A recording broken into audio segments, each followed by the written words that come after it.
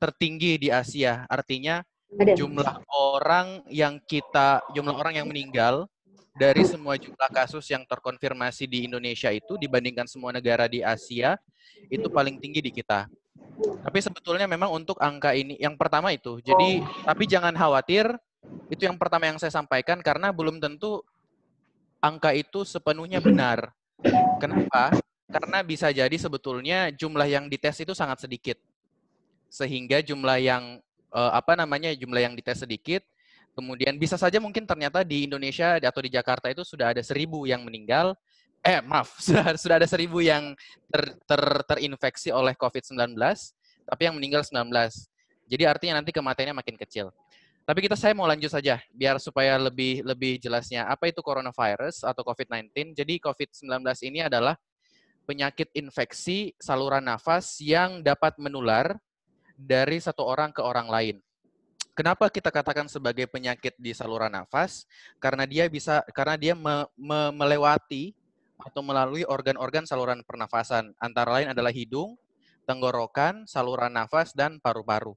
Paling pertama kejadiannya di Wuhan kemarin beberapa bulan yang lalu di Desember 2019 dan sekarang sudah masuk ke Indonesia. Nah, coronavirus ini sebetulnya dia kalau dari segi kematian justru sangat rendah. Yang berbahaya adalah jumlah penderitanya. Jadi dia sangat mudah menular dari satu orang ke orang lain, tapi jumlah yang meninggal justru sedikit. Kalau kita lihat angka di dunia sekarang, jumlah yang meninggal itu 200.000 lebih. Sementara yang meninggal itu jauh lebih di bawah itu. Jadi kurang lebih kalau ikut rata-rata dunia, yang meninggal itu 2-3%. Dan rata-rata yang meninggal ini justru pada orang-orang atau pada kelompok orang tertentu yang mempunyai daya tahan tubuh rendah. Siapa saja misalnya? Orang-orang dengan usia 60 tahun ke atas, itu yang pertama. Yang kedua, orang-orang dengan ada penyakit bawaan yang lain, misalnya diabetes mellitus, atau dengan gangguan sistem imun, misalnya pada penderita HIV/AIDS, atau pada pasien-pasien dengan merokok. Kenapa merokok? Karena merokok itu membuat paru-parunya dari awalnya sudah kurang bagus. Sehingga ketika ada virus, itu sangat mudah dia menjadi radang paru. Karena menjadi radang paru, dia menjadi sesak, sulit bernafas. Ketika dia sulit bernafas, dia sangat mudah komplikasi dan akhirnya meninggal. Jadi, yang penting untuk menjadi catatan kita, penyakit ini sebetulnya dia sangat mudah menular, tetapi kalau dari segi kematian, sebetulnya secara ilmiah dari studi-studi yang ada sekarang itu justru sangat kecil. Itu yang menjadi catatan. Sampai di sini mungkin dari Bapak Ibu ada yang mau bertanya? Enggak? Kita lanjut dulu? Lanjut. Oke, lanjut dulu. Jadi yang beredar sekarang sebetulnya adalah rasa paniknya. Jadi rasa panik yang berlebihan karena informasi yang tidak adekuat. Misalnya seperti itu tadi, tes tidak banyak, kemudian seakan-akan seolah-olah angka kematian di Indonesia itu lebih tinggi, dan kemudian bagaimana penularannya itu sebetulnya tidak begitu transparan antara baik itu pemerintah dan satu sama lain. Sehingga itu yang membuat masyarakat sebetulnya menjadi sangat panik. Jadi kalau mengutip kata-kata saya sangat suka kata-kata gubernurnya DKI Jakarta. Jadi terkait dengan virus corona itu, kita tidak boleh panik, tapi tapi harus waspada, tapi tidak pula mengentengkan. Karena yang kita cegah dari penularan, karena dia sangat mudah menular dari satu orang dengan orang lain, yang kita cegah itu adalah bagaimana supaya dia tidak menular ke orang-orang yang rentan. Jadi bagaimana supaya mereka tidak menular ke orang-orang yang usia tua, tidak menular ke orang-orang yang berpenyakit diabetes mellitus, tidak menular ke para orang-orang yang dengan HIV dan segala macam. Nah, untuk mencegah supaya penyakit ini tidak menular ke mereka, itu kita harus berusaha untuk mati-matian yang namanya menurunkan kerumunan publik. Misalnya kerumunan publik itu seperti apa? Anggaplah kita misalnya arisan lantai 1 di Badilak, dari di Sekretariat Mahkamah Agung, arisan lantai 1 sampai lantai 8. Dari masing-masing lantai ini kita ambil 10 orang. Kemudian kita bikin arisan. Ternyata ada satu orang di lantai 1 itu dia membawa virus COVID-19 ini, membawa SARS coronavirus ini. Nah, kemudian dicampur bersama-sama antara orang-orang dari lantai 1 sampai lantai 8. dari lantai 1 ini, dia bisa menularkan ke lantai 2 ketika mereka berkumpul arisan, ke lantai 3, ke lantai dan segala macamnya. Nah, begitu orang yang dari lantai 3 ini kembali masing-masing ke lantainya, maka dia akan menularkan ke orang lain yang ada di lantainya. Itulah gunanya dibuat yang namanya social distancing atau menjaga jarak aman. Jadi tidak berkumpul, orang-orang yang berkantor di suatu tempat dan segala macam diusahakan supaya bekerja dari rumah dan segala macam, supaya mencegah kerumunan itu. Supaya kalau hanya ada orang yang sakit di lantai 1, ya sudah, yang sakit cuma di lantai 1. Dia tidak menularkan ke lantai 2, tidak menularkan ke lantai 3, dan seterusnya. Nah, itu yang kita upayakan untuk saat ini terjadi. Nah, terkait dengan virus novel corona ini, itu kan sebetulnya bukan hal yang baru. Ini virus yang sama persis dengan MERS. Kalau ada yang ingat beberapa tahun yang lalu ada MERS, kemudian ada SARS, itu sama. Bedanya ini beda baju. Nah, contohnya saya memudahkan menganalogikan seperti ini. Tubuh kita itu punya sistem imun, polisi. Dia mengenal penjahat yang berbaju oranye. Virus coronavirus yang lainnya itu, polisi sudah mengenal. Ketika dia datang, ada orang baju oranye datang, dia sudah kenal. Ini penjahat, kita harus tangkap, kita harus matikan, langsung mati. Tetapi, novel coronavirus ini, dia bajunya warna biru. Ketika dilihat sama sistem imun kita, dia tidak tahu bahwa ini adalah penjahat. Akhirnya dia masuk ke dalam tubuh kita. Dan dia menular ke orang yang lainnya. Inilah kenapa, karena daya tahan tubuh kita belum mengenali novel coronavirus ini, maka dia masuk ke kita, dia mudah menular ke orang lain. Suatu saat nanti, begitu wabah ini sudah selesai, kita semua sudah mampu mengenal. Sel imun yang ada dalam tubuh kita itu sudah bisa tahu, oh, kalau ada yang baju biru berarti dia novel coronavirus. Ketika misalnya dia datang ke kita lagi, dia sudah dimatikan. Sebelum dia bisa menular dari satu orang ke orang lainnya. Nah, ini yang menjadi penting. Bagaimana dia menular? Ada banyak sekali cerita bagaimana penularan novel coronavirus ini dari satu orang ke orang lain. Ada yang bilang dengan bersentuhan kulit, ada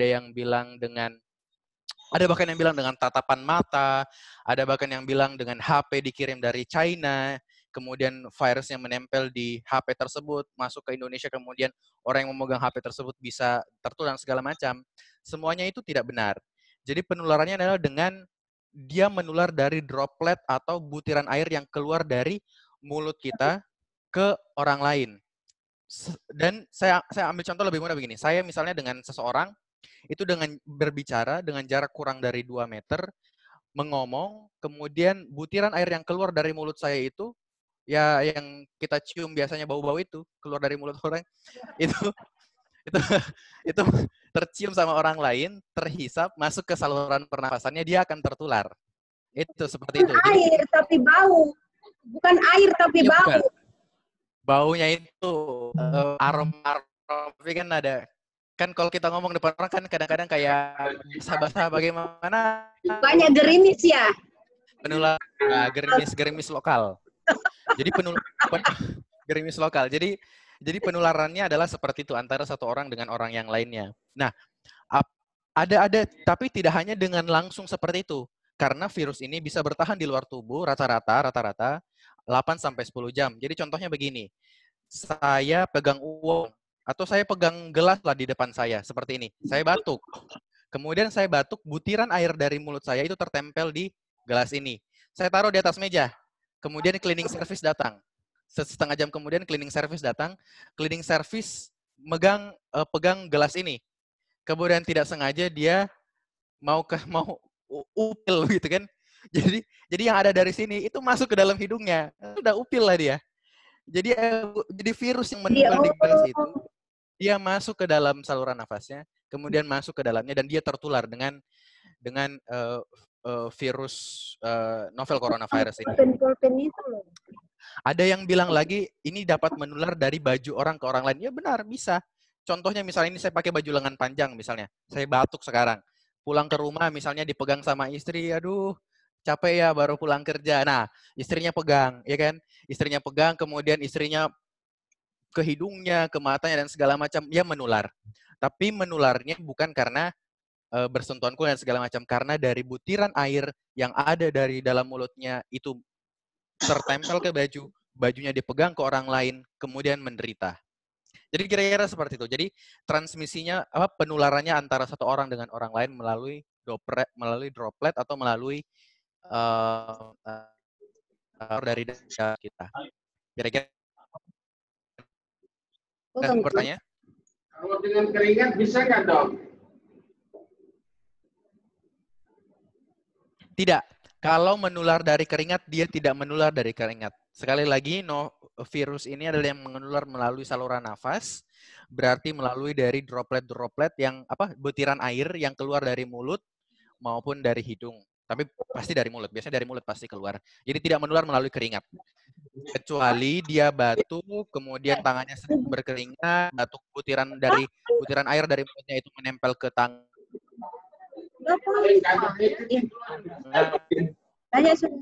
Oke. Mohon maaf, ini tabu mungkin. Kalau bertumbuh misalnya selingkuh atau dengan suami istri bersetubuh gimana, Dok? Kenapa? Kita Ya kalau bercumbu pastilah. Pacar atau istri, kalau ciuman. Berhubungan intim antara suami istri ya. Oh, berhubungan. Oke, iya. Jadi virus seks atau melalui dia dan kecuali berciuman antara satu orang dengan orang lain. Jangankan berciuman, kita ngomong antara satu orang dengan orang lain, kena hujan gerimis saja sudah menular. Apalagi kalau berciuman itu sudah banjir bandang itu kan. Jadi sudah menular antara satu orang dengan orang lain. Jangan berciuman sekarang, aduh. Kira-kira seperti itu. Jadi itu yang perlu kita hindari. Nah, kita sekarang bahas tentang penularan. Ya. Gejala awalnya, Dok. Oke, kita masuk ke gejala awal. Sama flu biasa itu gimana? Siap. Gejala utama dari corona ini berdasarkan studi dari Wuhan di China ada 3 yang paling utama. Pertama adalah demam. 99% dari kasus yang 99% dari pasien yang dirawat di Wuhan itu menderita demam. Sehingga penting bagi kita untuk memiliki yang namanya termometer. Demamnya di atas 38 derajat Celcius. Sekali lagi, di atas 38 derajat. Itu yang pertama. Yang kedua adalah batuk. Batuknya adalah batuk kering. Ketiga adalah sesak nafas. Nah, sesak nafas ini itu karena sudah terjadi penyakit radang paru. Jadi awalnya yang dia demam, kemudian dia batuk, kemudian dia masuk lebih jauh lagi ke dalam radang paru, dia menjadi sesak. Namanya kita istilahkan kalau ada yang pernah dengar pneumonia. Jadi itu yang terjadi pada pasien-pasien dengan COVID-19 ini. Gejala-gejala sampingannya yang lain ada lemas dan segala macam itu sampingannya. Nah, apa yang membedakan ini dengan flu biasa? Kalau pada flu biasa itu gejala sesak nafasnya itu lebih kurang. Jadi yang utama pada flu itu adalah pilek, hidung beringus, nyeri kepala, nyeri badan-badan. Seperti atau misalnya ada nyeri tenggorokan. Itu yang sering kita rasakan. Kita semua pasti pernah flu dan itu yang lebih sering. Pusing, hidung mampet, kemudian nyeri tenggorokan, itu yang terjadi.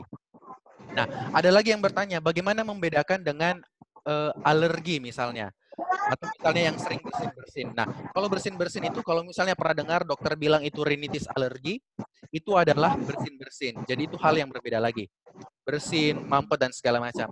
Jadi kalau ada pasien yang konsul ke saya, sampai saat ini juga masih konsul, kalau pasien tanya kalau ada hidung mampet dan segala macam, saya selalu bilang belum tentu. Apabila hanya hidung mampet dan segala macam, belum tentu itu adalah COVID-19. Apabila ada misalnya nyeri tenggorokan, belum tentu itu ada COVID-19. Jadi, tapi memang COVID-19 tidak harus ada ketiga-tiganya. Apakah COVID-19 harus ada demam, batuk, dan sesak nafas? Tidak. Bisa jadi hanya demam. Atau bisa jadi hanya batuk. Tetapi ada faktor resikonya. Apa faktor resikonya? Yakni misalnya ada 4. 1, dia memiliki riwayat perjalanan dari luar negeri atau dari kota-kota yang ada kasus COVID-19 di sana. Artinya apa? Misalnya, kita mau ke Manokwari. Di Manokwari belum ada COVID-19. Ibu Nurjana berpergian dari Jakarta ke Manokwari, membawa COVID-19. Berarti Ibu Nurjana itu bisa menjadi carrier atau pembawa. Nah, ketika ada orang yang bertemu dengan Ibu Nurjana, ketika ada orang yang bertemu dengan Ibu Nurjana di Manokwari, Ibu Nurjana ini beresiko, punya faktor risiko untuk menularkan ke orang di Manokwari. Itu yang pertama. Jadi memiliki riwayat perjalanan dari negara-negara atau dari wilayah-wilayah yang ada kasusnya. Yang kedua, dia mengunjungi fasilitas kesehatan atau rumah sakit atau klinik atau puskesmas yang sedang merawat pasien-pasien dengan COVID-19. Jadi saat ini jangan ke rumah sakit yang merawat COVID-19. Apa saja? Cipto Mangunkusumo, Fatmawati, Persahabatan, Pusat Infeksi Sulianti Saroso. Di selatan itu ada Fatmawati, kemudian di timur itu ada Persahabatan, di utara itu ada Cengkareng, kemudian ada AL Minto Harjo, ada 8. Ada di Google itu ada 8. Ada 8 rumah sakit rujukan COVID-19 di Jakarta. Dan ada lagi beberapa rumah sakit swasta. Kalau tidak salah Mitra Kebayoran dan segala macam itu ada di Google. Jadi jangan mengunjungi rumah sakit tersebut. Bahkan saya dan kami di tenaga dokter itu menghimbau kepada orang-orang kalau misalnya sekarang gejalanya ringan atau ada keluhan lain untuk misalnya mau mengontrol dan segala macam, kalau bisa jangan dulu ke rumah sakit atau jangan dulu ke klinik, jangan dulu ke puskesmas. Kalau misalnya punya penyakit diabetes mellitus, butuh kontrol misalnya setiap minggu, minta ke dokternya agar obatnya diberikan 1 bulan. Jadi jangan ke rumah sakit di bulan ini, tapi ke rumah sakitnya nanti di bulan depan. Itu faktor risiko yang kedua. Faktor risiko yang ketiga ini adalah berkontak secara langsung dengan orang-orang yang positif COVID-19. Misalnya, ada si X, dia sudah positif. Si X ini kita misalnya ketemu hari Senin. Ternyata si X hari Selasa batuk-batuk. Hari Rabu, si X ke rumah sakit. Ternyata hari Jumat pagi ini keluar hasil labnya dia positif COVID. Kita tidak sadar, ternyata hari Senin kemarin si X ini bikin kopi untuk kita. Nah, artinya pada saat itu kita punya faktor risiko untuk telah tertular COVID-19. Seperti itu. Jadi itu yang membuat kita cukup khawatir sebetulnya dengan penyebaran ini. Nah, yang keempat adalah faktor risikonya apabila ada teman kita berjalan dari luar negeri kemudian muncul demam, itu menjadi faktor risiko. Nah, secara mudahnya saya bilang begini. Apabila ada orang dengan demam, beliau kemarin misalnya dari Rumah Sakit Cipto Mangunkusumo, artinya beliau sudah punya risiko bahwa beliau membawa COVID-19 itu. Atau misalnya dari Rumah Sakit Persahabatan hari Kamis kemarin. Hari ini bertemu dengan Aksa. Aksa itu sudah beresiko untuk menularkan COVID-19 karena Aksa kemarin dari rumah sakit yang sedang merawat COVID-19. Jadi jangan ke tempat-tempat itu. Saya kira itu untuk gejala. Nah, untuk gejala ini kira-kira ada yang bertanya? Lanjut. Ada ini enggak? Pak Dok, sebentar, Dok. Jadi satu. Yap. Tadi ada yang bertanya bagaimana? Sakit kepala. Itu ada belum?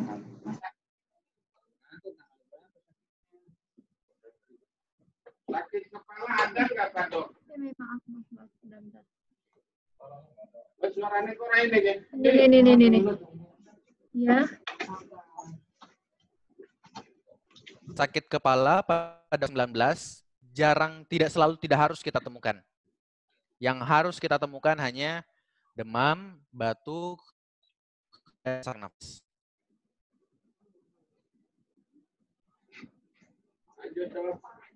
Oke?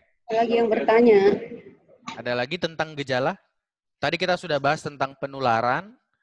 Yang kedua kita bahas tentang pencegahan, gejala yang muncul. Mungkin yang ketiga kita bahas tentang pengobatan, ya. Nah, kalau pengobatan ini COVID-19 belum ada obat yang, jadi begini, penyakit virus ini itu self-limiting disease atau istilahnya sembuh sendiri. Kalau kita misalnya sakit flu, kira-kira kita perlu obat tidak? untuk mengobati flu-nya? Perlulah. Ayo, ada jawaban lain? Apakah perlu Perlu obat untuk obat. mengobati flu? Perlu obat. Ada jawaban lain? Sudah?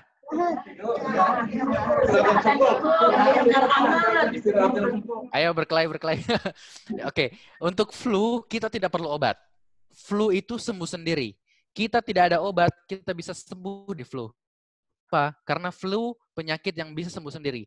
Kita mengobati flu untuk mengobati gejalanya flu.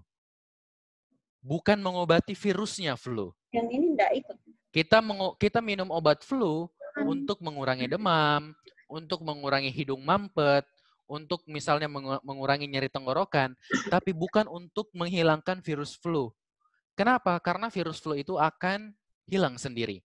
Sama dengan novel coronavirus. Dia akan hilang sendiri, tetapi kita yang perlu adalah misalnya dia demam. Kita berikan obat demam dan segala macam. Jadi dia adalah penyakit yang sembuh sendiri. Nah, tapi tidak berarti kita mengentengkan. Kenapa? Karena dari studi yang dari China, penyakit ini bisa menyebabkan pneumonia atau radang paru.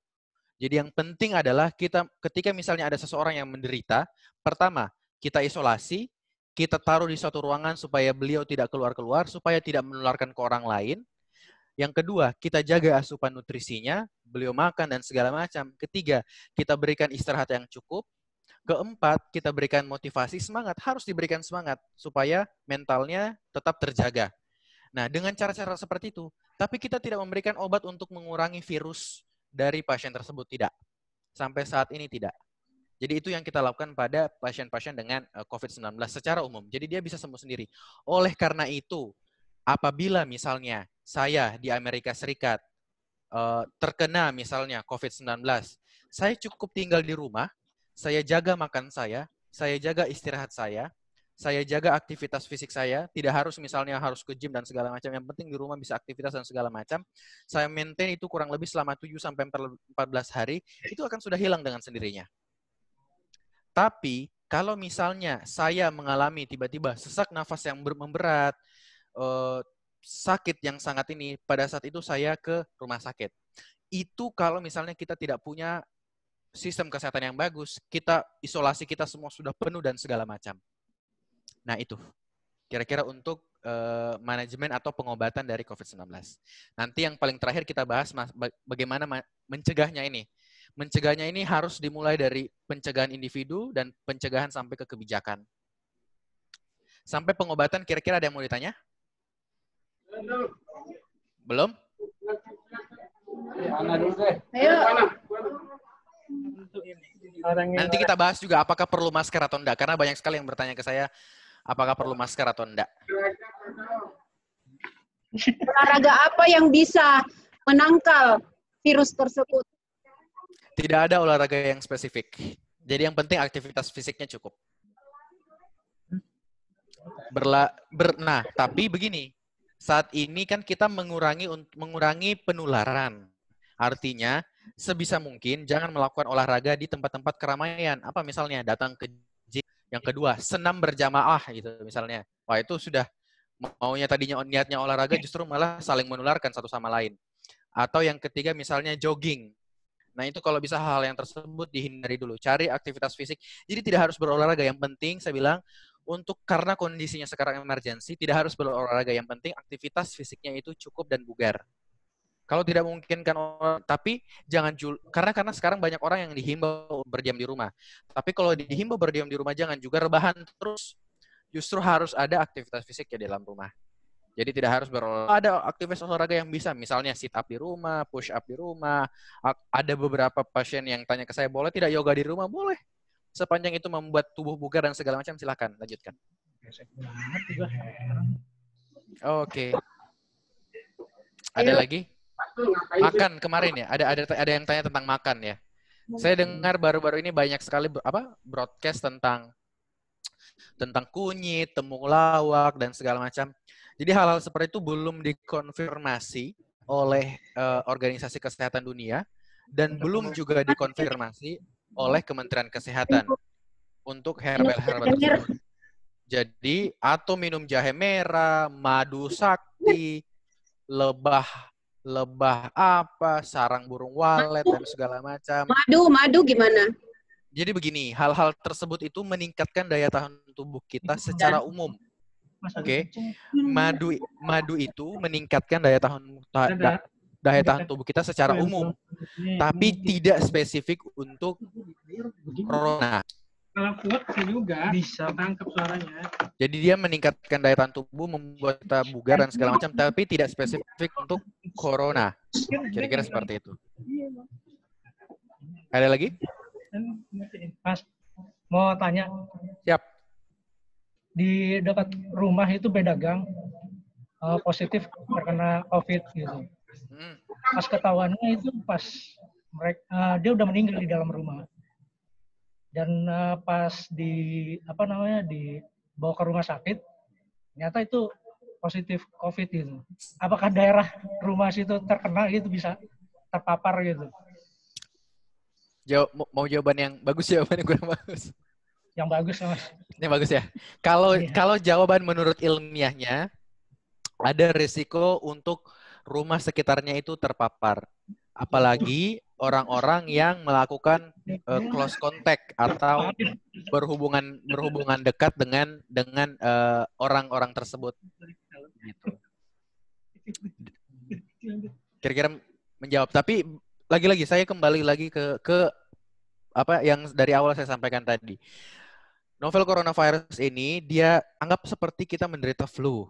Apa yang kita lakukan ketika menderita flu? Tetap berpikiran positif, makan, istirahat dan segala macam. Orang-orang yang berusia tua dan orang-orang yang misalnya dengan diabetes mellitus adalah orang-orang yang memang high risk, risiko tinggi untuk menderita komplikasi dan segala macam. Tetapi pada usia yang 20, 30, 40 biasanya dapat sembuh dengan sangat baik. Kira-kira seperti itu. 20-30. Apakah misalnya yang menjadi pertanyaan sebetulnya, apakah misalnya orang-orang yang berada di sekitar tadi gang rumah yang meninggal itu, apa yang harus dilakukan oleh mereka? Jangan kemana-mana. Berdiam di dalam rumah. Kenapa? Justru ketika beliau kemana-mana, beliau membawa virus tersebut kemana-mana. Nah, jadi ke kantor, ke transportasi, Ada di samping ke kantor, ke transportasi publik. Jadi inilah mengapa para ilmuwan dan masyarakat, organisasi masyarakat sangat menekan kepada pemerintah supaya segera meliburkan semuanya. Paling tidak selama 2 minggu ke depan. Kira-kira seperti itu. Jadi ada berpotensi menularkan. Ya? Ya, siap. Silakan. Tadi ada yang mau bertanya. Mungkin mendekat ke mikrofon, ke laptop atau ke laptop. Sini sayang. Nggak usah tutup. Oh iya, Itu apa namanya, kalau sudah kena corona, apakah benar tidak bakalan kena lagi? Kan itu virus sama kayak campak, apakah benar seperti itu kalau misalnya sudah ada vaksinnya seperti itu? Apakah benar? Soalnya saya pernah baca. Kasih. Siap. Satu lagi, Pak Dok. Ya. Monggo. Mendekat ke mikrofon. Ibunya takut. Jangan gerimis lah. Ya Allah, enggak lah, Bu. Silakan. Tadi, Dok. Mohon maaf. Ya. Katanya Mendekat ke ini, Pak. Mendekat ke laptop, maaf. iya, Jadi supaya terdengar. ibunya takut. Biasa saya juga jadi. Enggak apa-apa. Kenapa? Enggak terdengar. Kalau jauh dari laptop, mikrofonnya enggak terdengar. Ya, saya juga pernah dengar, Bu, Pak. Ya. Bahwa pengobatan virus corona itu bisa dilakukan ketika menangani pasien kolera. Kolera atau malaria kalau dulu itu dengan penanganan kolera atau malaria kayak tempo dulu itu. Kloroquine, bukan? Iya. Oke. Klorofil apa nggak tahu dah mau pokoknya. Ya. Itu bisa disembuhkan. Sama mungkin dengan pertanyaan yang Bu Endah tadi itu bisa dimatikan, itu kayak campak. Lalu yang kedua, itu pertanyaannya dengan penanganan yang pengobatan itu. Lalu yang kedua, prosentase hidup atau tumbuhnya virus corona itu, misalnya kan saya bacanya itu ada yang bisa tumbuh di udara dingin, dia suburnya itu di udara dingin. Lalu yang bagaimana kalau kita berada dalam sauna, Pak? Siap. Sauna. Siap. Terima kasih. Baik. Saya menangkap pertanyaannya. Oke, baik. Yang pertama tadi, pertanyaan pertama adalah Masalah Oke. kepanjangan. Pertanyaan pertama tadi, kalau kita misalnya sudah terkena virus itu, apakah misalnya pertama, apakah kita misalnya akan lebih mudah atau lebih sulit untuk terinfeksi lagi? Jadi, Oke, sudah. Oke, jadi kalau pada dari studi yang kami lakukan, kalau misalnya sudah terinfeksi coronavirus, kecil kemungkinan untuk menderita atau menjadi sakit karena infeksi itu sendiri. Jadi sangat kecil kemungkinan untuk menderita itu. Tapi tidak menutup kemungkinan ada istilahnya infeksi berulang. Kami menemukan kasus itu kemarin di Jepang. Tapi memang penelitiannya masih berjalan terus. Jadi yang saya bisa katakan saat ini, secara umum seharusnya 90% orang-orang yang sudah terinfeksi virus corona akan menghasilkan sistem imun yang akan kebal terhadap corona ke depannya. Corona yang 19 ini. Seperti itu. Sama dengan campak. Campak kan kita dikasih vaksin. Itu seperti virus sebetulnya, cuman dia dilemahkan. Nah, sehingga untuk menghindari diri kita terkena dari campak. Novel juga begitu. Jadi virus itu masuk ke dalam tubuh kita kemudian nanti mengenali, polisi itu mengenali, oh kalau ada baju biru, nanti kalau ada baju biru lagi kita harus tangkap dengan segera. Nah, seperti itu. Jadi semoga itu menjawab pertanyaan yang pertama. Lebih kebal terhadap novel coronavirus ke depannya. Pertanyaan kedua tadi tentang sauna. Oke. Jadi kalau kita lihat di peta dunia, ada negara-negara yang infeksinya itu sangat tinggi. Contohnya Korea Selatan, kemudian Italia, kemudian itu kalau ada yang buka peta dunia, itu semua satu garis itu. Satu garis. Jadi Korea Selatan, Italia, semua yang kasus-kasusnya sangat besar di dunia sekarang, itu satu garis. Apa yang menyamakan itu adalah suhu udara di daerah sana. Jadi suhu udara di daerah sana itu lebih dingin. Virus lebih lama bertahan di luar dari tubuhnya. Nah, di negara Indonesia, karena negara Indonesia itu daerah tropis, itu suhunya lebih panas. Virus itu ketika keluar dari tubuh, dia menjadi lebih kurang stabil, lebih mudah mati. Sehingga apa dampaknya? Lebih tidak mudah menular dari satu orang ke orang lainnya karena cuaca yang sangat panas. Nah, semoga itu menjawab untuk pertanyaan tentang suhu. Nah, tadi tentang sauna. Kalau misalnya masuk ke dalam sauna, kita sauna panas, semua virusnya mati. Begitu kita keluar dari pintu ruang sauna, ada orang yang misalnya membawa virus corona, podo wae sama saja. Jadi sebetulnya tidak 100%. Yang penting saat ini sebetulnya semua orang itu berdiam di dalam. Ketika ada yang sakit, dia tidak menularkan sesamanya. Semoga itu menjawab tentang sauna dan suhu tadi. Kemudian tentang kloroquine dan malaria. Belum ada penelitian yang secara jelas menyebutkan bahwa kloroquine itu bermanfaat. Lagi-lagi saya sebutkan, penyakit novel coronavirus ini dia bisa sembuh sendiri dengan istirahat yang cukup, dengan makan minum yang baik, dengan aktivitas fisik yang cukup. Cukup 3 hal ini. Tetapi jangan mengentengkan. Apabila misalnya sudah terdiagnosis, oh saya misalnya menderita novel COVID-19, tapi kemudian saya menderita sesak nafas, maka pada saat itu juga segera telepon. Jangan ke rumah sakit. Jangan ke rumah sakit karena kemungkinan bisa menularkan ke orang lain. Telepon hotline Dinkes itu ada. Kita Google nomor telepon Dinkes coronavirus atau nomor telepon Kementerian Kesehatan coronavirus, itu ada semua nomor teleponnya. Kenapa jangan langsung ke rumah sakit? karena ini bentuk empati kita sebagai sesama warga Indonesia. Karena begitu kita misalnya keluar dari rumah, masuk ke transportasi umum, kemudian ke rumah sakit, kita duduk dengan orang lain tidak tahu ternyata kita membawa virus itu, maka kita menularkan ke mereka. Tetapi kalau kita berdiam di rumah, kita ada makanan yang cukup, kita telepon dinas kesehatan, dia akan membawa ambulans dan petugas medisnya datang ke rumah kita untuk mengecek kita di rumah. Jadi seperti itu. Semoga menjawab. Iya, karena Saya nanya, Dok. Oke. Ya, silakan. Yang tahu dia meninggal di rumah tiba-tiba. Nggak usah Dokter, sebagian besar ini kan pegawai negeri ini kan mempunyai BPJS ya. Siap. Kemudian ketika ada keluarga kita sakit dengan ciri-ciri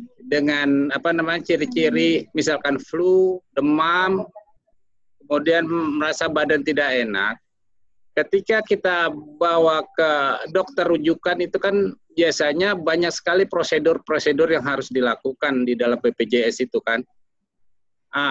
Apa yang harus kita lakukan ketika di dalam keluarga itu ada ciri-ciri seperti itu? Misalkan apa harus kita bawa ke dokter rujukan, misalkan puskesmas atau klinik yang ditunjuk, atau seperti apa yang harus kita lakukan di dalam keluarga kita itu? Terima kasih, Dok. Siap. Ini pertanyaan yang sangat relevan dan sangat baik. Terima kasih untuk pertanyaan yang sangat bagus. Jadi, apabila ada orang yang menderita novel coronavirus atau COVID-19 ini, dia pengobatannya akan dibiayai oleh APBN atau APBD. Jadi tidak melalui BPJS Kesehatan.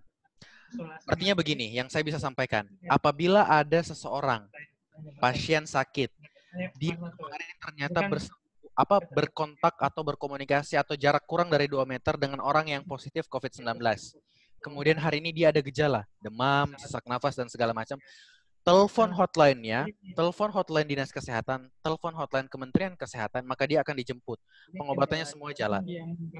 Tetapi, apabila misalnya Bapak hanya datang dengan gejala demam, tidak ada riwayat, resiko, lain-lain segala macam, pasti Bapak diminta untuk sesuai dengan alur rujukan. Itu datang ke klinik sesuai dengan di kartu BPJS-nya kan ada tertulis tuh, puskesmas mana atau ke klinik mana, pasti diminta datang ke sana dan mengikuti alur rujukan. Nanti dokter di klinik atau dokter di puskesmas akan menyaring. Dia akan menanyakan apakah Bapak misalnya sesuai gejalanya dengan coronavirus, apakah Bapak misalnya ada faktor risiko untuk coronavirus. Jika tidak ada faktor risiko dan jika gejalanya tidak sesuai dengan sana, maka Bapak tidak akan dirujuk ke rumah sakit dan tidak akan diperiksa lebih jauh lagi. Nah, pada saat seperti itu, justru yang harus dipikirkan kita adalah kita berpikir positif. Bukan artinya apa? Jangan selalu berpikir, pokoknya saya harus minta dicek dan segala macam. Tidak seperti itu. Ketika dokter di klinik atau dokter di puskesmas sudah bilang, Bapak kemungkinan besar tidak coronavirus, maka Bapak kemungkinan memang tidak coronavirus. Jadi seperti itu. Jadi itu yang ada di alur rujukan sehari-hari. Kecuali sekali lagi, kalau misalnya punya demam dan kemarin misalnya kontak dengan orang dengan COVID-19, maka Bapak bisa dengan langsung saja menelpon hotline atau bisa dengan langsung saja ke rumah sakit rujukan itu tanpa perlu memikirkan BPJS atau bukan BPJS. Semoga menjawab. Ya, keras suaranya. Malam, siang di Dok. Malam. Siap. Mohon mendekat ke mikrofon.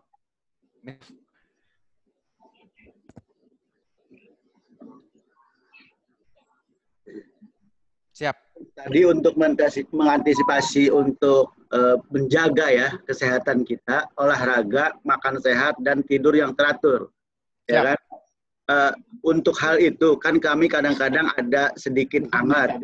Nah, itu kami untuk pencegahan saja, karena ini kan kalau ditembak untuk suhu ya normal. Ya, tapi kadang-kadang yang namanya kekhawatiran kan kondisi sekarang ini ke bawah gitu. Organisasi kita, apa kita kena nih kan gitu. Untuk pencegahan obat yang tradisional, apakah jahe, apa pakai kunyit atau pakai serai, bulawak itu kan kita harus disiapkan juga gitu.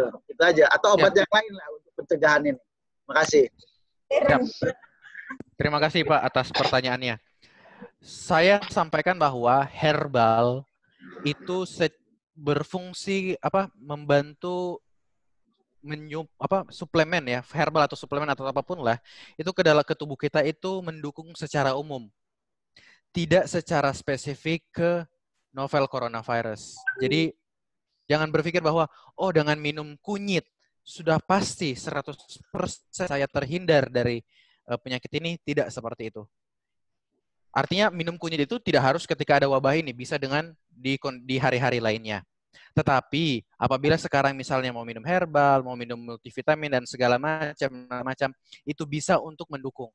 Saya selalu bilang ke orang-orang bahwa multivitamin itu sifatnya hanya suplemen. Yang paling penting adalah makanannya. Kalau misalnya kita kurang buah, kita misalnya kita minum multivitamin karena kita tidak makan buah. Tapi kalau kita sudah makan buah, sudah makan sayur, sudah makan protein yang cukup, itu sudah cukup. Oke?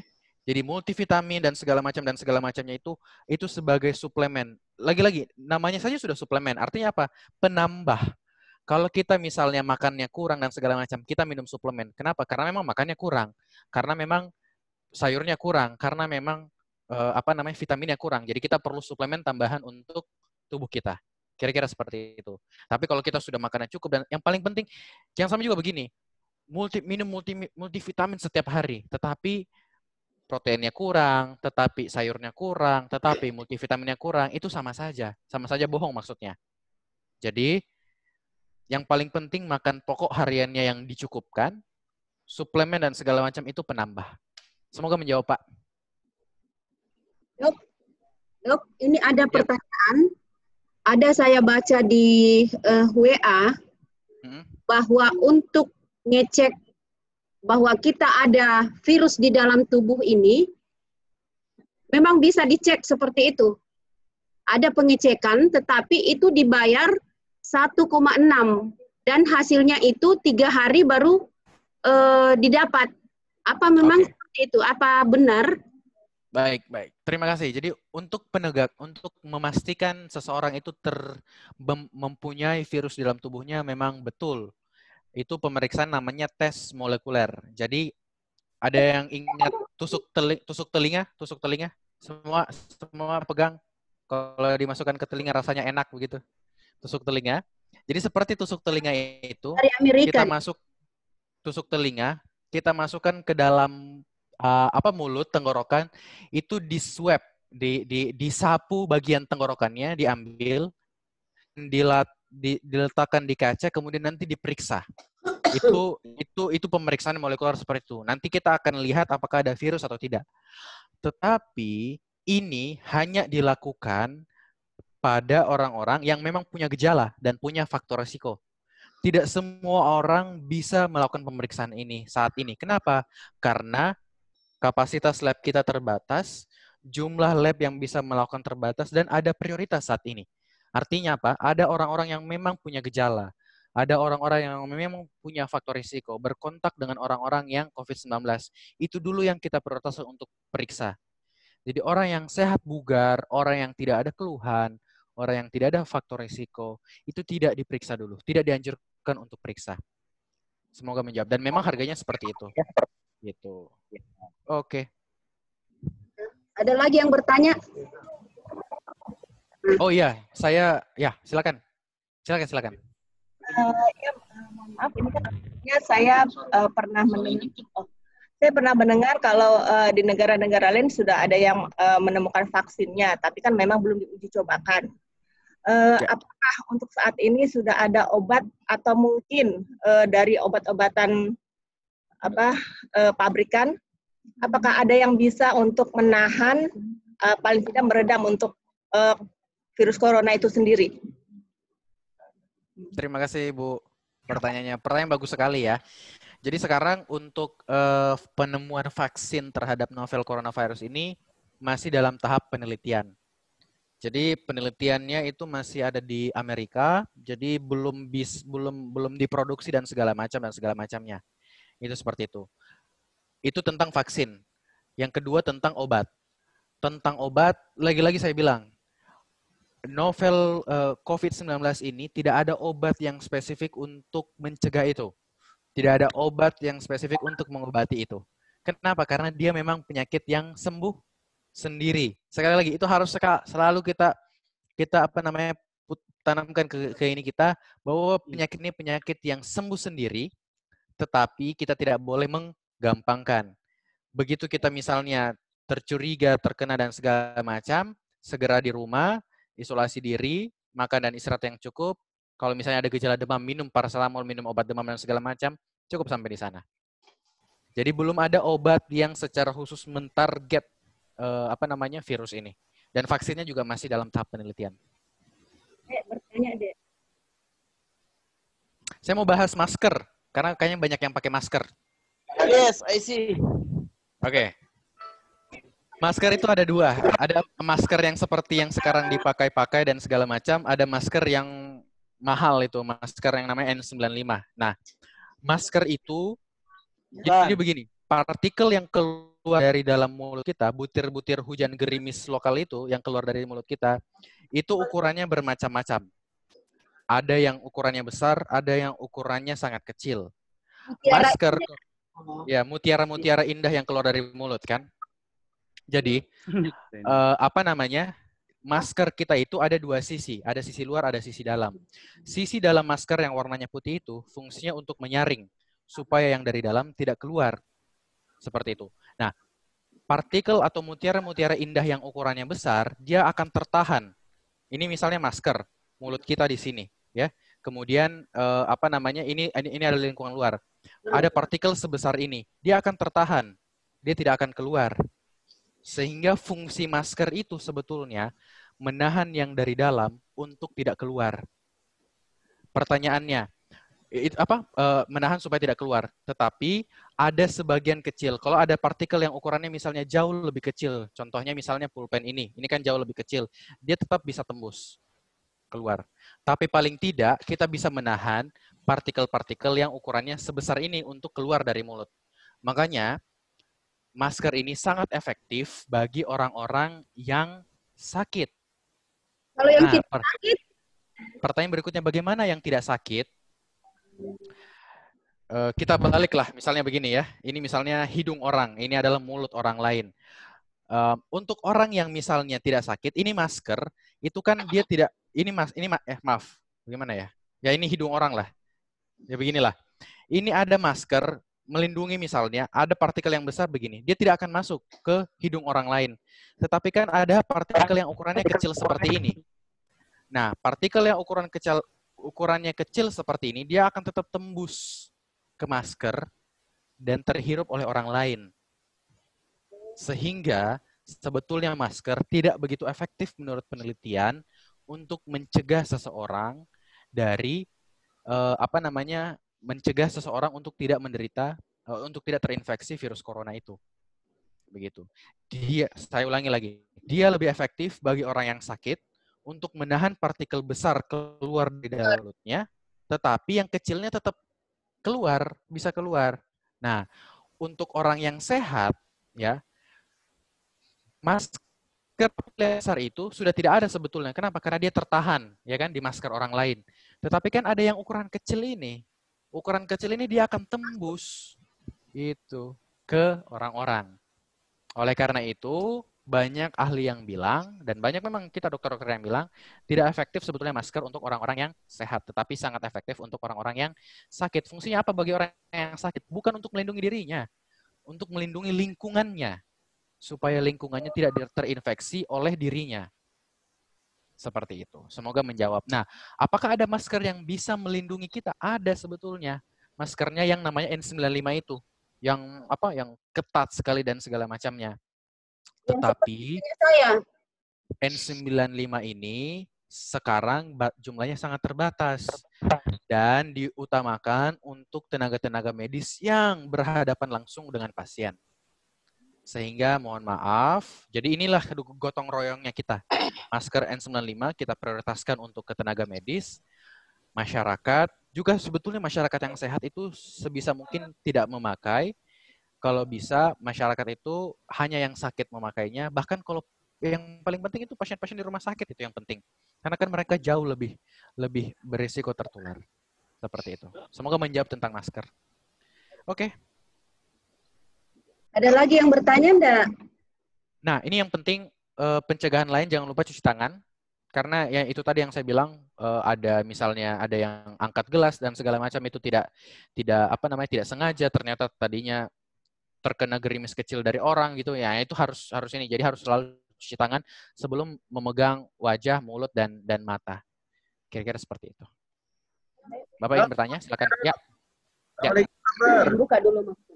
Iya, jangan sampai ada gerimis nanti sini ya.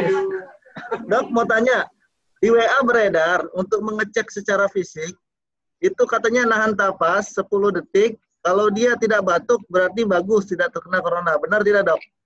Hoax. Hoax. Terima kasih, Dok.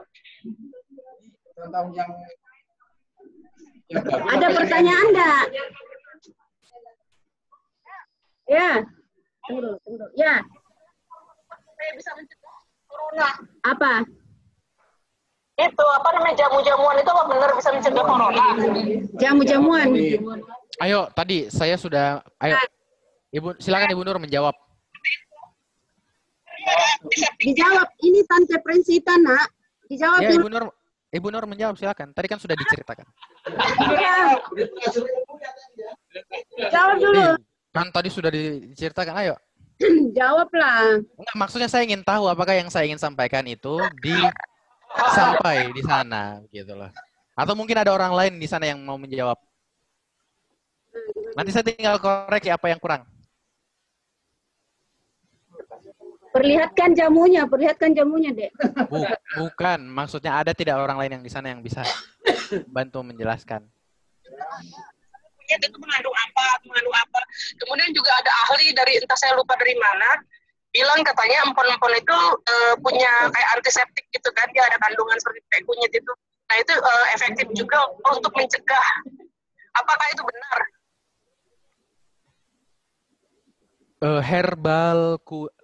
Herbal, kunyit, temulawak dan segala macam itu meningkatkan, menyehatkan kita secara umum.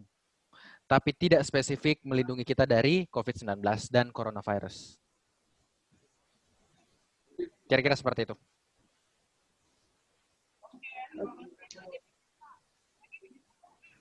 Hah? Oh ya udah, oke. Ada pertanyaan enggak?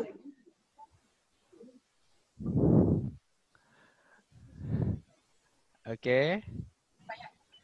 Nah, yang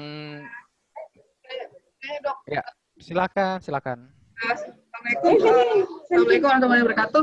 Waalaikumsalam warahmatullahi wabarakatuh. Dapat video yang salah satu orang yang kemarin meninggal kena COVID-19 itu. Terus kok jadi apa ya, kalau buat saya tuh nelongso gitu, meninggal nggak ada temannya karena yang masukin pun hanya kayaknya dari dinas kesehatan kita jauh banget melihatnya. Itu nggak tahu benar apa enggak, tapi ketika jenazah itu meninggal seperti itu, memang kita nggak boleh deket. Kayak kemarin juga ada bude saya meninggal 3 minggu yang lalu. Gejalanya mungkin agak mirip kalau menurut saya, cuman karena waktu itu belum tren, jadi nggak terlalu ini. Saya nggak boleh lihat jenazah itu gitu, karena sama dokter memang nggak diizinin. Itu apa sebenarnya?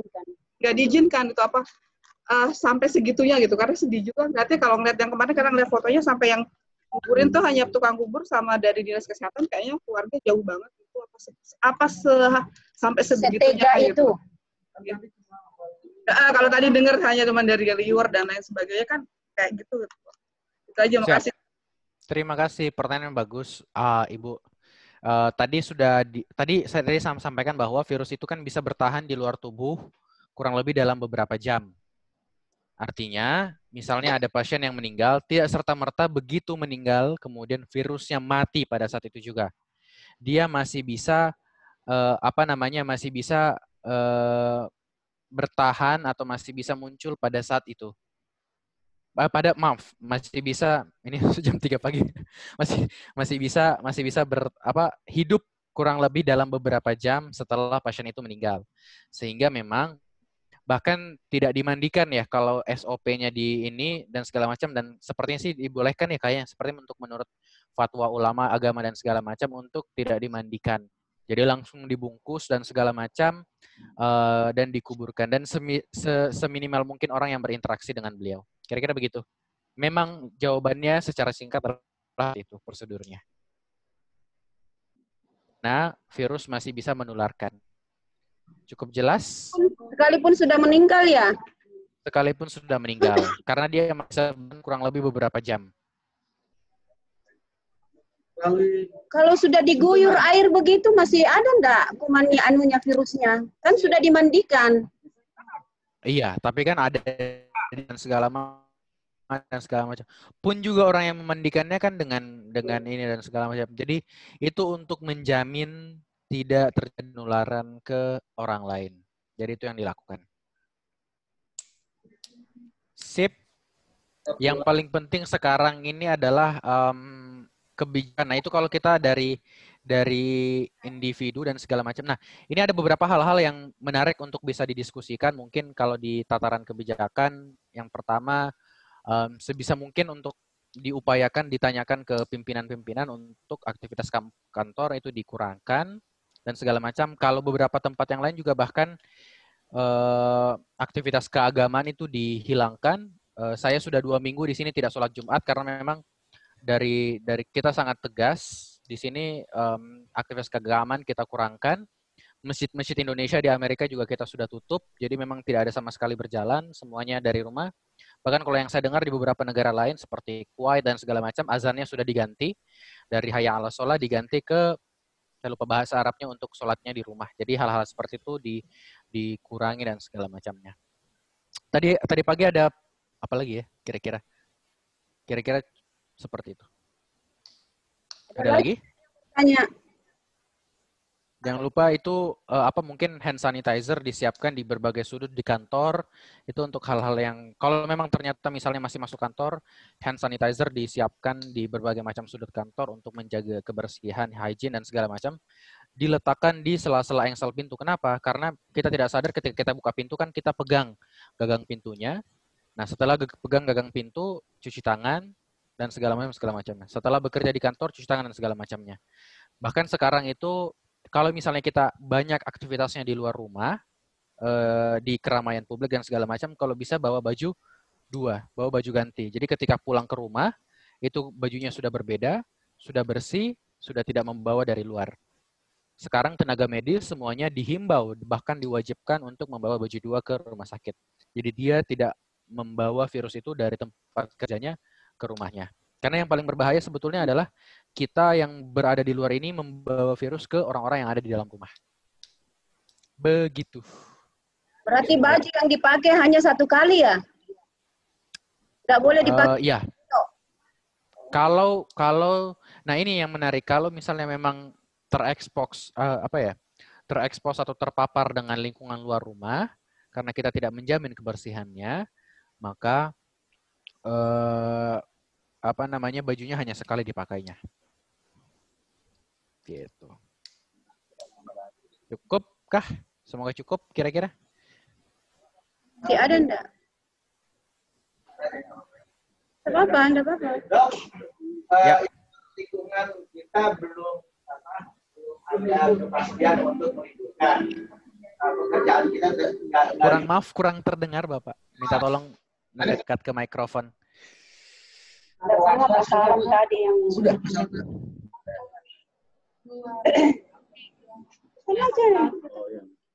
Ini kan kebijakan dari kantor di Mahkamah Agung kan belum ada pekerjaan yang sifatnya bekerja dari rumah. Ya, kondisi kita kan memang tidak diketahui mana yang sedang proses sakit gitu kan, mana yang betul-betul sehat. Nah, ini nih, sementara keluar, memang kita sering aktivitas, kalau makan pasti ada keluar. Gitu, makan ke rumah makan, ke warteg, kemana, itu kan apalagi tadi tangan dipegang gagang pintu, itu juga, bisa kalau yang kena ya pasti kena. Ke Indomaret tetap kaca kita dorong. Sementara di masjid untuk sementara ini di lingkungan di Ahmad Yani Sepak Putih itu memang masjid tidak ada tadi. Saya muter tadi 3 masjid tidak ada aktivitas keagamaan. Makanya sampai sekarang saya belum sholat Jumat atau sholat Duhur. Ya. Memang saya keluar tadi karena pingin itu bikin tanda. Nah, ini kondisinya seperti ini nih. Kita kan saling bersentuh, kadang-kadang bercanda gitu. Apakah memang sesama kita juga belum diketahui kan? Tapi kan mereka pulang tiap hari nyebar, naik angkutan, naik kereta, ya kan, naik bis, naik kendaraan motor, naik pribadi, itu kan begitu tuh. Jadi kondisinya sekarang ini, gimana caranya ya untuk itu? Memang pimpinan juga yang belum ada keputusan untuk memutuskan bahwa besok istirahat pekerjaan dari rumah. Mohon sarannya, Dok.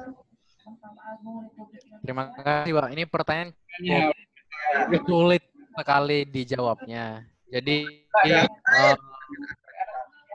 saya kalau mau jujur berdasarkan keilmiahan gitu, dan pengen kedokteran, percuma kita misalnya di kantor kita tidak baku omong antara satu orang dengan orang lain misalnya dengan di ruangannya masing-masing. Tetapi kalau kurang ternyata di transportasi umum kita tetap berguyunan, bersentuhan itu iya sebetulnya sama saja.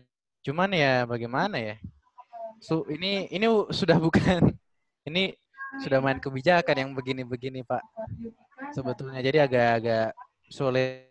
Ya. Kalau misalnya ada juga yang menanyakan ke saya kira-kira apakah dengan kemudian karena kebijakannya seperti ini, dengan kemudian pakai masker dan segala, ini sudah berulang kali bilang ke pemerintah, pakai masker itu kalaupun semua orang pakai masker, kecuali semua orang pakai masker. Di Hong Kong begitu. Di Hong Kong semua orang masker, semuanya. Nah, kita kan tidak mungkin seperti itu. Ada yang bisa beli masker, ada yang tidak punya uang beli karena sekarang harganya sudah makin mahal. Ada yang tidak bisa kendaraan pribadi karena harus naik transportasi umum dan segala macam. Jadi itu udah di luar kuasa kedokteran, ini sudah masuk ke kebijakan publik. Kira-kira begitu, Pak. Dok. Ya. Ini kan kita masih sering rapat nih di sini ya. Itu gimana?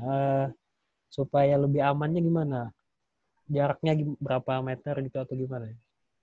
Oke, jadi kalau yang saya sampaikan tadi, menjaga jarak aman. Jaga jarak aman itu di kita 1-2 meter.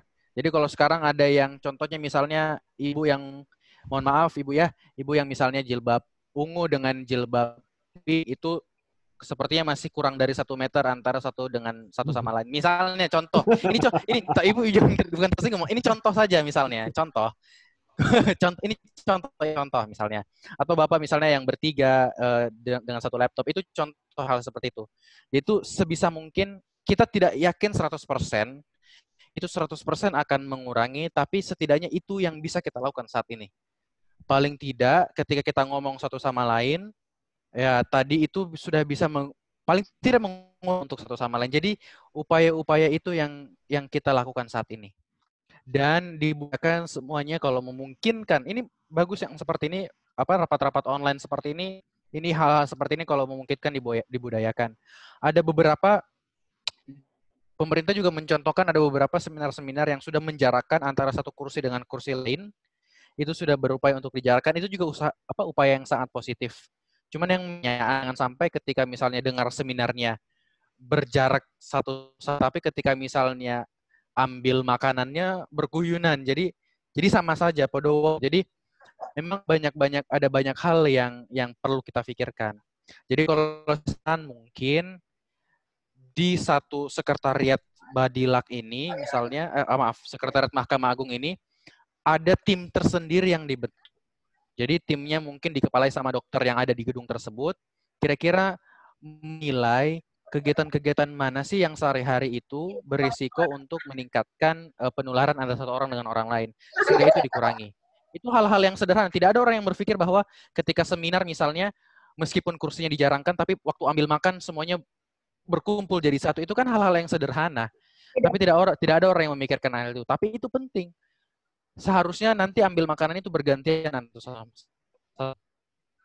Kira-kira begitu, semoga menjawab. Oh, aman. Emak dan adik aman. Oh ya, ini penting. Jadi ada beberapa pasien yang konsultasi ke saya, itu anak kos, kemudian dia mau pulang kampung dan segala macam. Atau ada juga orang tua yang konsultasi ke saya, dia mau pulangkan anaknya yang sekarang misalnya anaknya lagi sekolah di tempat yang jauh. Jadi begini, bayangkan ketika anak itu naik kendaraan transportasi umum, melewati bandara, melewati Grab dan segala. Oke lah, misalnya lewat Grab dia aman karena kan dia di dalam ruangan yang cukup aman lah. Tetapi begitu masuk bandara, begitu dia masuk kereta api dan segala macam, itu situasi sudah tidak terkendali. Jadi kalau kalau saya ambil contoh misalnya, kalau dari UI itu mengupayakan supaya anak-anak mahasiswa itu tongkan asrama. Tetapi dari organisasi kemahasiswaan mengupayakan kalau bisa, meskipun UI bilang kita pulang, kita jangan pulang. Bayangkan. Jadi kita menginstruksikan kepada teman kita sendiri untuk kita jangan pulang kampung. Kenapa? Justru ketika kita pulang kampung itulah kita bisa menularkan ke orang-orang yang lainnya. Ataupun misalnya ketika anak kita di daerah, ada di Aceh misalnya. Di Aceh sekarang belum ada kasus. Di Jakarta. Kita minta dia untuk datang ke Jakarta. Di saat itu, justru dia mendapat resiko untuk terkena itu. Ada guru saya, dia dokter di Rumah Sakit Keramat 128 di Salemba. Dia punya anak kuliah di Yogyakarta. Dia ingin sekali anaknya itu untuk pulang ke Jakarta. Karena kondisi yang seperti sekarang kan di Yogyakarta, dia juga sudah libur dan segala macam. Tapi beliau dengan berat hati bilang ke anaknya, enggak usah pulang. Karena justru ketika pulang, anaknya tersebut akan terpapar oleh virus tersebut ketika justru masuk ke Jakarta. Kira-kira begitu. Jadi hal-hal seperti ini yang kita hindari. Tapi justru jangan khawatir. Ini sekali lagi, jangan khawatir. Pencegahan boleh, pencegahan sama-sama khawatir iya, tapi jangan mengengkan iya, tapi jangan terlalu panik. Kenapa? Karena lagi-lagi ini kita bisa manage. Penyakit ini kita bisa tangani. Yang penting tadi penularannya kita cegah, dia bisa sembuh sendiri, istirahat cukup, nutrisi cukup dan segala macam. Pertanyaannya berikutnya, sampai kapan? Sampai kapan? Sampai kapan kita seperti ini? Kalau menurut data kami, puncak wabah ini 1,5 sampai 2 bulan, sama dengan China. China itu dia baru muncul di akhir Januari, dia sudah mulai menurun saat ini. Jadi sekarang kan sudah bulan Maret, jadi dia naik di bulan Februari, kemudian dia mulai menurun. Nah ini yang kita jaga bersama. Kalau misalnya kita baru mulai awal di Maret, kita prediksikan kita sudah melewati puncak wabah ini di akhir April nih.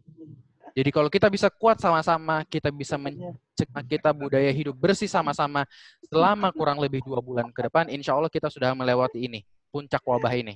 Dan kita semua sudah punya daya tahan tubuhnya untuk itu. Kira-kira begitu, semoga menjawab. Ada lagi? Yang katanya ada varian baru virus yang tanpa gejala itu gimana ya? Baik. Sekarang ini kan penyakitnya masih baru. Karena penyakitnya masih baru, penelitiannya masih sangat banyak. Jadi kami menggunakan petunjuk-petunjuk medis yang kira-kira itu terjadi pada banyak orang. Kalau misalnya mungkin dari 10.000 kasus ada misalnya 2-3 kasus yang memang tanpa gejala, itu secara ilmiah itu mungkin itu bisa terjadi. Diabetes mellitus. Orang yang selama ini tidak pernah kencing, pernah sering haus, tidak pernah sering lapar, tiba-tiba gula darah, ternyata tinggi. Ternyata dia diabetes mellitus. Ada yang seperti itu. Sama dengan penyakit ini. Dari 10.000 kasus misalnya, 9.900 itu mereka semua demam. Tapi ada kurang lebih 10-20 orang yang tidak ada demam sama sekali. Itu masih mungkin. Nah, yang bermain di sini media kadang-kadang terlalu berlebihan. Jadi kayak langsung tersebar broadcast dan segala macam ini dan segala macam. Makanya hal yang paling penting buat kita sekarang, ini pesan juga untuk semua orang, jangan buka sosial media terlalu berlebihan. Jangan buka, sekali lagi, jangan buka sosial media terlalu berlebih. Kalau di kami sendiri di RSCM dan di FKUI, itu diinstruksikan buka sosial media itu atau membaca tentang corona ini maksimal 15 menit dalam sehari. Jangan lebih dari itu. Kenapa? Karena lebih banyak berita negatifnya daripada berita positifnya. Ikut menyalahkan pemerintah, itu pun pemerintahnya salah misalnya, tapi ikut menyalahkan pemerintah, ikut A, ikut B, ikut C, itu semua akan bikin stres. Stres akan membuat daya tahan tubuh kita lebih rentan. Atau misalnya membaca hoax sampai misalnya berjam-jam dan segala macam, lebih banyak aktivitas produktif lain yang kita bisa lakukan daripada hal itu. Jadi ini yang paling penting, jangan terlalu, atau misalnya sedikit-sedikit forward dan segala macam, dibaca lagi. Kalau punya kenalan dokter, dikonfirmasi dulu sebelum disebarkan. Ketika mendapat suatu berita, dikonfirmasi ke orang yang kita yakini bisa menjawab itu sebelum kita mendengar ke orang lain. Untuk meyakinkan itu benar atau salah. Karena ketika berita yang kita sebarkan itu salah, maka kita sudah nambah satu minus di diri kita, yaitu kita menjadi agen penebar hoax. Kalau kita kenal tenaga medis, konfirmasi dulu berita ke dia, baru sebarkan ke orang lain. Semoga menjawab. Lagi dok. Oke. Lagi. Ya, siap. Dari data suspek. Ini ada Bapak yang baju biru, ada yang Bapak di kantor Ibu yang mana dulu? Bapak yang baju biru. Ya. Dari data suspek Indonesia dan dibanding dengan yang meninggal. Kira-kira tingkat kekhawatiran kita dari skala 1 sampai 10 kira-kira di tingkat mana? Kita atau saya? Kalau saya pribadi kalau menurut, sebetulnya begini, kita itu kurang tesnya banyak. Kalau menurut prediksi para ahli, para profesor kita, kalau kita tesnya banyak sekali, jadi begini, orang-orang yang ketahuan di tes itu adalah orang-orang yang bergejala berat, rata-rata. Jadi sudah batuknya parah, sudah sesaknya parah, dan segala macamnya. Sehingga persentase beliau-beliau itu mengalami komplikasi dan kemudian meninggal, itu kan banyak. Sementara yang dites sedikit. Ini pembagian yang sederhana sebetulnya. Kalau misalnya kita mengetes orang dan menemukan banyak yang bergejala berat dan kemudian meninggal. Ini yang di atas kan berat. Kemudian ini kan pembagi. Sementara yang apa sih yang di bawah ini? Pembilang. Ini pembilang, ini penyebut. Penyebutnya ini sedikit, otomatis kesannya jadi besar. Tetapi kalau misalnya yang kita tes banyak, ada orang juga yang sebetulnya kita tes positif, tapi gejalanya gejala ringan. Itu kan tetap positif. Tapi meninggal, enggak meninggal. Karena gejalanya ringan. Nah, nanti ini sebetulnya 8% itu akan menurun kalau semakin banyak orang yang dites. Artinya apa? Semakin banyak orang dengan gejala ringan, dia ketahuan. Semakin banyak orang dengan gejala ketahuan, maka angka 8% yang kematian itu dia akan menurun. Karena ternyata tidak sebanyak itu yang meninggal. Gitu. Ya. Tapi tingkat skala kekhawatirannya? Khawatirannya. Kalau saya pribadi. Ya. Karena saya pribadi merasa bahwa memanage corona ini hampir sama dengan flu yang lainnya, saya pribadi 2-3. Dari 10, 1 sampai 10. Kalau melihat kondisi di Indonesia? Kalau melihat kondisi, karena saya tahu bahwa yang jumlah dites sedikit. Kalau pemerintahnya berubah, jumlah ditesnya banyak, kan kemarin Pak Jokowi kalau tidak salah pagi ini sudah bilang akan lebih banyak orang yang dites, maka saya optimis itu bisa berturun kematian itu. Tapi jangan mengenteng itu. Oke. Terima kasih. Lagi? Kalau sudah. Dok, usia yang rentan usia berapa, Dok? Di atas 60 tahun, Pak. Di atas 60 tahun? Di atas 60 tahun. Vitamin yang baik itu vitamin apa untuk pencegahan? Yang murah meriah. Multivitamin. Vitamin adalah makan. Vitamin yang paling bagus adalah makan buah, sayur, dan protein dan segala macam yang seimbang. Kalau misalnya mau tambahan, lagi-lagi kalau mau tambahan, Enervon C, Ester C, dan segala macam. Saya tidak ada preferensi, tapi multivitamin yang lain bisa digunakan. Apa yang ada di warung-warung silahkan dibeli. Apotek. Saya tidak ada preferensi.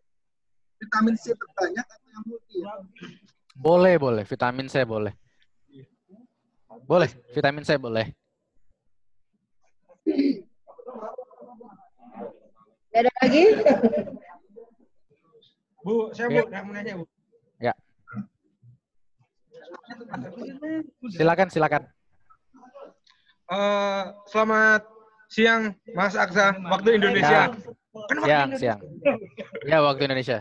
Begini, Mas Aksa, semenjak trendingnya isu corona ini, itu kan dimulai dari akhir tahun 2019 ya, hingga Maret 2020 ini masih terjadi.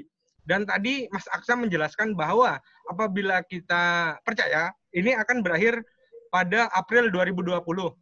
Nah, mengingat sekarang kan transportasi itu nggak semua negara lockdown ya. Masih terus jalan. Bisa masuk perputaran manusia itu kan bisa keliling. Nah, sampai kapan corona ini akan benar-benar lewat gitu, Mas? Begitu. Oke. Terima kasih, Mas Aksa. Terima kasih. Kalau ditanya sampai kapan corona akan benar-benar lewat, itu belum ada satu negara pun yang coronanya itu lewat. Yang saya katakan tadi adalah puncaknya lewat. Puncaknya itu apa? Jumlah kasus yang bertambah setiap hari itu tidak sebanyak itu lagi. Jadi misalnya sekarang bertambah 50, besok bertambah 60, besoknya lagi bertambah 100. Puncaknya itu adalah ketika hari ini bertambah 100, besoknya berpuluh. Artinya apa? Menurun kan? Jadi misalnya dari 50 ke 150, kemudian ke 200.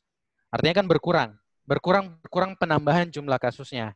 Nah, itu yang terjadi rata-rata di beberapa negara yang mulai muncul kasusnya di awal Januari, dia sudah melewati puncak kurang lebih selama 2 bulan. Apakah ada faktor lockdown dan segala macamnya? Mungkin ada. Apakah Indonesia kalau misalnya tidak lockdown dan segala macam itu akan lebih lama melewati puncak? Mungkin ada. Seperti itu. Tapi saya bukan ahlinya untuk bisa 100% bisa menjawab pertanyaan itu. Tapi yang saya bisa katakan rata-rata dari berbagai negara yang awal Januari sudah lewat, itu puncaknya ya, bukan betul-betul lewat coronanya, tapi puncak jumlah kasusnya itu dia lewat menurun kurang lebih selama 2 bulan. Oh, begitu. Baik, Mas Aksa, satu lagi. Mengingat ini kan virus itu kebal terhadap antibody apa namanya? Yang antibiotik. Yang apabila kita udah pernah melewati masa kayak gini, kemungkinan ke depan ada kayak begini lagi, kita udah kebal nggak ya? Kalau jenis dan muanya sama, semua virusnya sama, itu kita akan kebal. Oh. Tetapi besok ada kayak begini lagi, kita kebal ya, Mas? Kebal. Tetapi secara ilmiah, virus itu dia bisa bermutasi, ibaratnya bisa dandan lah. Hari ini dia bajunya biru, 1 tahun depan kemudian bajunya ganti jadi hijau, tetap kena juga, gitu. Untuk yang novel coronavirus ini. Baik, terima kasih Mas Aksa. Yap. Sangat informatif. Oke. Ada lagi enggak yang mau bertanya? Cukup. Satu lagi. Udah jam 3 malam tuh, Mas Aksa udah ngantuk. Lagi. Pak Dokter, satu lagi. Iya. Kira-kira ada perbedaan nggak ketahanan virus ini terhadap iklim kita yang tropis ini? Ada perbedaan nggak kira-kira? Oke. Ayo, ada yang menjawab. Tadi sudah disampaikan. Oh, udah ya? Oh, sorry. Enggak apa-apa. Untuk saya mau memastikan. Siapa tahu ada yang berani mau menjawab. Ada yang mau menjawab? Oke, saya jawab. Jadi kalau untuk di daerah tropis, dia lebih tidak stabil virusnya di luar tubuh. Jadi dia lebih lebih kurang penularannya dibandingkan dengan negara-negara yang beriklim tidak tropis. So, kalau kita lihat sekarang kota-kota yang besar di dunia seperti misalnya Korea Selatan, Italia, Spanyol, apalagi New York di Amerika Serikat, itu jumlah kasusnya besar-besar semua. Itu karena ada di satu garis yang sama. Kalau kita buka peta, Itu semua satu garis yang sama. Karena suhunya sama, suhunya cukup bagus untuk virusnya itu bisa mudah bertahan di Indonesia karena panas, kemudian angin dan segala macam itu lebih tidak stabil virusnya di luar tubuh. Oke, kira-kira cukup. Semoga ini kalau bisa dibuat satgas lah internal kalau memang misalnya kepimpinan tidak menginikan. Jadi satgas ini bisa screening dari seluruh kantor kira-kira apa yang perlu dilakukan, lokasi mana saja yang perlu dipasang hand sanitizer, kemudian apa budaya-budaya yang tidak boleh, rapat-rapat yang dibatalkan dan segala macam. Apakah perlu tidaknya penyemprotan desinfektan di tempat-tempat tertentu, itu biarkan satgas itu. Itu yang saya boleh rekomendasikan mungkin kalau untuk secara institusi. Besok ada penyemprotan di sekretariat itu. Sekian Ibu Direktur.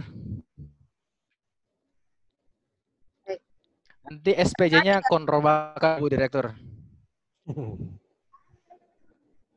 Oke. Terima kasih. Terima kasih Pak Dokter. Terima kasih Pak. Siap. Jaga kesehatannya ya. Yuk. Jaga kesehatannya. Semoga bisa sehat. Balik ke Jakarta. Oke, Besar jasamu Dokter. Siap. Kalau ada mau hubungi personal, nanti minta nomornya di Ibu. Nanti silakan dihubungi personal. Kalau misalnya mau bikin yang seperti ini tapi di lingkungan RT RW, tapi lewat Zoom seperti ini silahkan. Saya sangat senang. Jadi silakan kalau mau kumpul RT dan segala macam mau bikin seperti ini boleh. Oke. Masih boleh nggak adiknya pulang ke Jakarta? Yang dari Semarang. Waduh. Itu kita diskusikan di grup WA keluarga. Oke. Terima kasih. Siap. Terima kasih Mas Dokter. Assalamualaikum. Waalaikumsalam.